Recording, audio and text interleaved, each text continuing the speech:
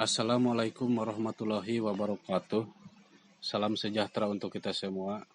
Yang saya hormati Bapak Maman Surahman selaku dosen pengampu pada mata kuliah kewarganegaraan, dan yang saya banggakan teman-teman seperjuangan satu kelas. Puji syukur marilah kita panjatkan kehadirat Allah Subhanahu wa taala, yang mana pada kesempatan ini kita masih diberikan nikmat sehat sehingga bisa berkumpul dalam kuliah daring ini. Salawat serta salam semoga tetap tercurahkan kepada Nabi besar Muhammad Shallallahu Alaihi Wasallam. Sebelumnya saya akan memperkenalkan anggota kelompok 7, yaitu Desih Wulan, Masro BR Munte, Nova Anggraini, dan Usep Wawan. Untuk memanfaatkan waktu, mari kita mulai perkuliahan pada hari ini dengan bersama-sama membaca basmalah. Bismillahirrahmanirrahim. Selanjutnya adalah penyampaian materi dari kelompok 7, dan saya sendiri akan memulai menyampaikan materi tentang penegakan hukum berkeadilan. Konsep dan urgensi penegakan hukum berkeadilan. Menurut Thomas Hobbes, dalam bukunya Leviathan pernah mengatakan, Homo homini lupus, artinya manusia adalah serigala bagi manusia lainnya. Manusia memiliki keinginan dan nafsu yang berbeda-beda antara manusia yang satu dengan yang lainnya. Menurut Cicero pernah menyatakan, ubi societas ibi ius, artinya di mana ada masyarakat, di sana ada hukum. Dengan kata lain, sampai saat ini hukum masih diperlukan, bahkan kedudukannya semakin penting.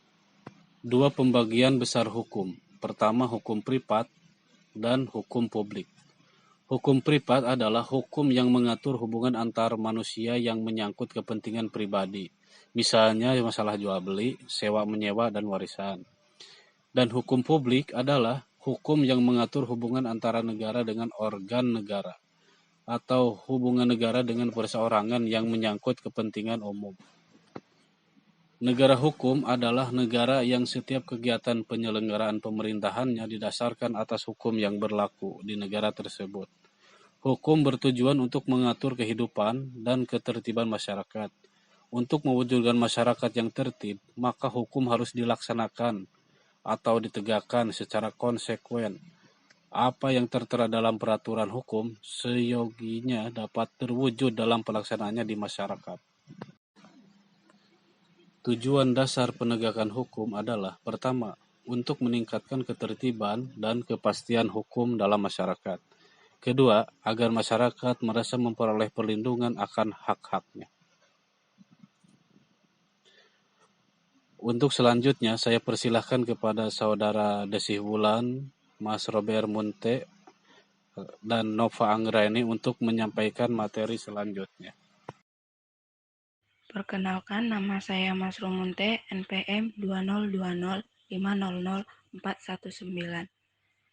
Unsur kepastian terbagi 3 menurut Gustav Redwood, seorang ahli filsafat Jerman, yaitu unsur keadilan, unsur kemanfaatan, dan unsur kepastian. Pengertian hukum menurut ahli Van Vollenhoven yaitu gejala dalam pergaulan hidup yang bergolak terus-menerus tanpa henti. Hugo de Groot, peraturan tentang perbuatan moral yang menjamin keadilan. Yang ketiga, Aristoteles, yaitu rangkaian peraturan yang mengikat baik rakyat maupun penguasa. Rule of law. Rule of law adalah kepastian kekuasaan politik yang terorganisir, merupakan kaidah berdasarkan pemerintah secara formal. Rule of law adalah ukuran tentang hukum yang baik mencakup aspek atau material. 1. Ketaatan warga negara kepada kaidah hukum. 2. Kaidah hukum harus selaras dengan HAM. 3. Negara harus menciptakan kondisi sosial terwujudnya martabat manusia. 4. Adanya tata cara proses peradilan terhadap kesewenangan penguasa. 5. Adanya badan peradilan dan kebebasan merdeka. Fungsi rule of law. Fungsi rule of law pada hakikatnya merupakan jaminan secara formal terhadap rasa keadilan bagi rakyat Indonesia dan juga keadilan sosial, sehingga diatur pada pembukaan Undang-Undang Dasar 1945 bersifat tetap dan instruktif bagi penyelenggara negara. Dengan demikian, inti dari Rule of Law adalah jaminan adanya keadilan bagi masyarakat, terutama keadilan sosial. 3 inti pokok dalam negara hukum menurut Montesquieu. Yang pertama, ada perlindungan HAM. Yang kedua, ditetapkannya ketatanegaraan suatu negara. Yang ketiga, membatasi kekuasaan dan wewenang organ-organ negara.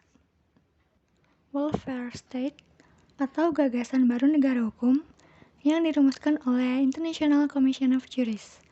Yang pertama ada pelindungan konstitusional.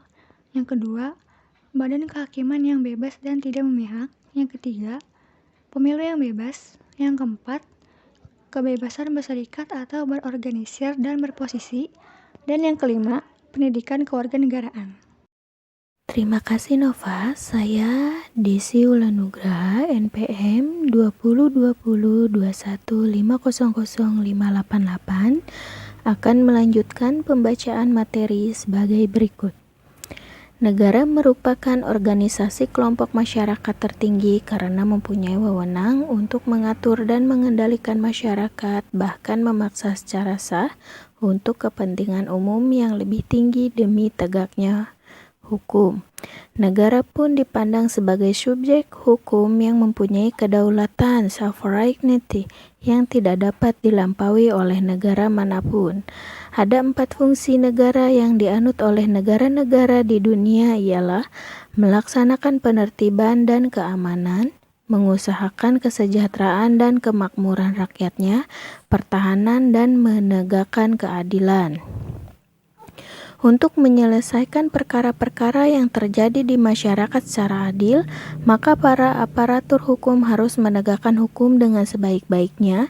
Penegakan hukum bertujuan untuk meningkatkan ketertiban dan kepastian hukum dalam masyarakat sehingga masyarakat merasa memperoleh pengayoman dan hak-haknya terlindungi. Terima kasih atas perhatiannya, kurang lebihnya mohon maaf, dan demikian akhir presentasi dari kelompok kami yakni kelompok 7. Semoga bermanfaat untuk kita semua. Amin amin ya robbal alamin. Wassalamualaikum warahmatullahi wabarakatuh.